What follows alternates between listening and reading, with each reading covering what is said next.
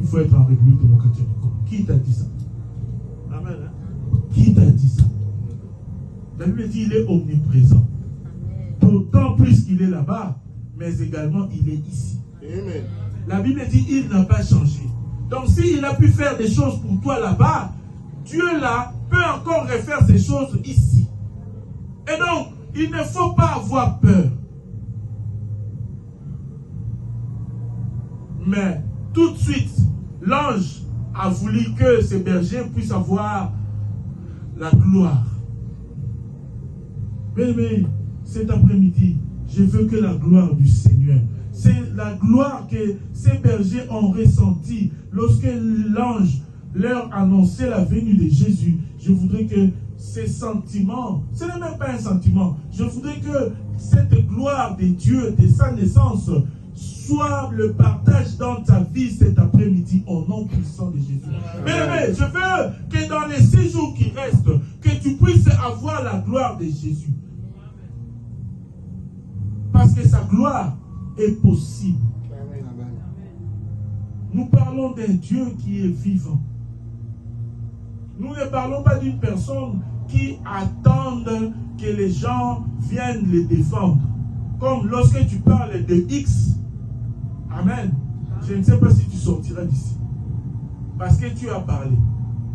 Mais Jésus dont je te parle cet après-midi, il n'a pas besoin que les gens puissent lancer sur toi. Non. Lui-même est là pour se défendre. Lorsque tu mets en doute une de ses phrases, une de ses paroles, il est là pour défendre sa parole. Amen.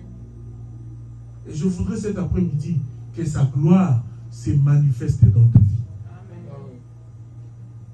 Alléluia. Amen. Je parle du message que l'ange a ramené chez les bergers. Je voudrais également, parce que je disais qu'il y avait 6 conséquences découlant du message. Le 3e, c'est que cette annonce-là, l'annonce de Jésus, change ta vie. Mais j'ai dit que la réconciliation était un changement. Comment est-ce que tu vois les 6 jours qui restent? Comment est-ce que tu conçois le peu de jours qui restent pour que nous atteignions 2023? Les Congolais, ils attendent l'élection. Amen. Hein? Amen. Mais toi, tu attends quoi? Amen. Amen. Eux, ils attendent l'élection. Mais toi, dans les 6 jours qui restent, qu'est-ce que toi, tu attends? Mais je voudrais t'annoncer que, comme Dieu a un plan merveilleux dans ta vie, comme le Seigneur, il a dit que j'ai tracé sur toi un projet de bonheur afin que tu puisses avoir de l'avenir et de l'espérance. Les peu de jours-là qui restent pour que tu touches 2023, je voudrais que cette annonce-là, toutes ces choses-là deviennent effectives avant le 31 au nom puissant de Jésus. Ne cherchez pas à savoir comment. Vous imaginez imaginez un peu. Parce qu'on est en train de parler de lui, de Jésus. Imagine si l'ange vient, un peu à côté. L'ange vient et te dit, bon voilà, Jésus va venir. Et il va naître à Saint. Quel est l'hôpital le plus luxueux ici en fait? Parce que les hôpitaux, tous les hôpitaux sont très bien. Salut. Merci maman Spasi. Prenons l'exemple.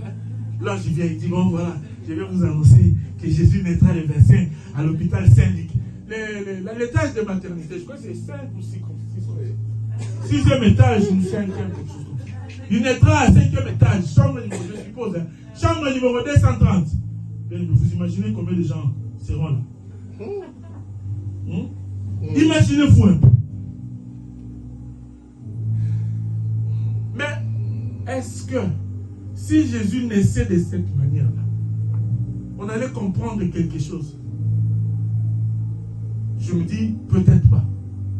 Donc il fallait qu'il vienne le plus modestement possible. Parce que je vous ai dit d'entrée de jeu qu'il a pris l'apparence humaine.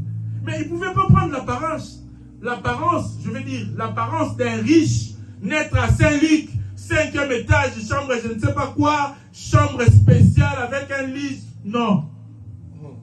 Amen. Amen. Parce qu'eux, ils refutent tout.